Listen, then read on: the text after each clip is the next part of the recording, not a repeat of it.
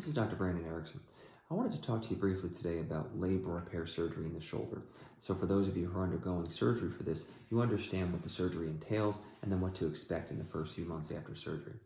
The labrum, as we talked about in the office, is a soft tissue covering that goes around the socket part of the ball and socket shoulder. Helps keep the ball centered in the socket.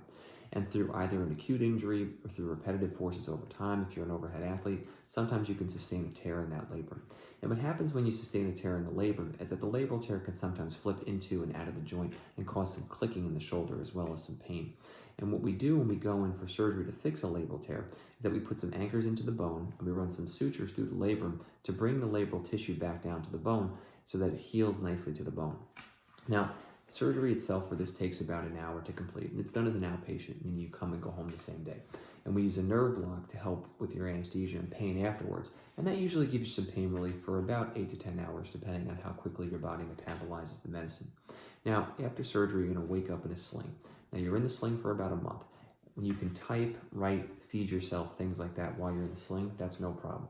But I don't want you lifting the arm away from the body for the first month because I don't want you to stress that labral repair. The labral repair is very strong, but if you were to stress the shoulder or to fall on the shoulder, you could damage that repair in the first 6 weeks afterwards. So we'd like to protect it in those first 6 weeks. After about 4 weeks, you're going to get rid of the sling and you're going to start physical therapy. Some people will start therapy a little bit sooner, some people a little bit later, depending on if you had other things done at the time of surgery. But somewhere around 4 weeks is a good idea of when you'll start therapy. And like I said, you can get rid of the sling at the same time.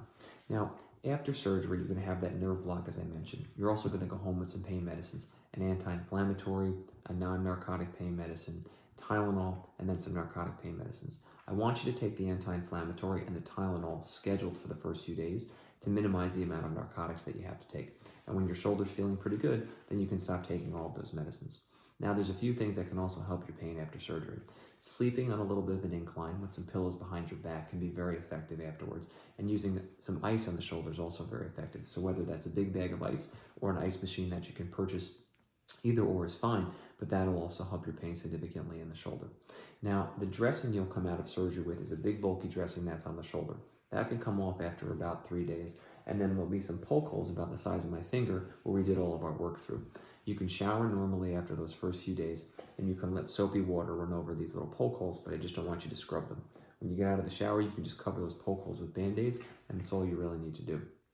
Now, of course, my physician's assistant and I are always available if you have any questions, certainly specific to your surgery, but these are just some general guidelines of things to look out for after surgery. Hope this video helps. Have a great day.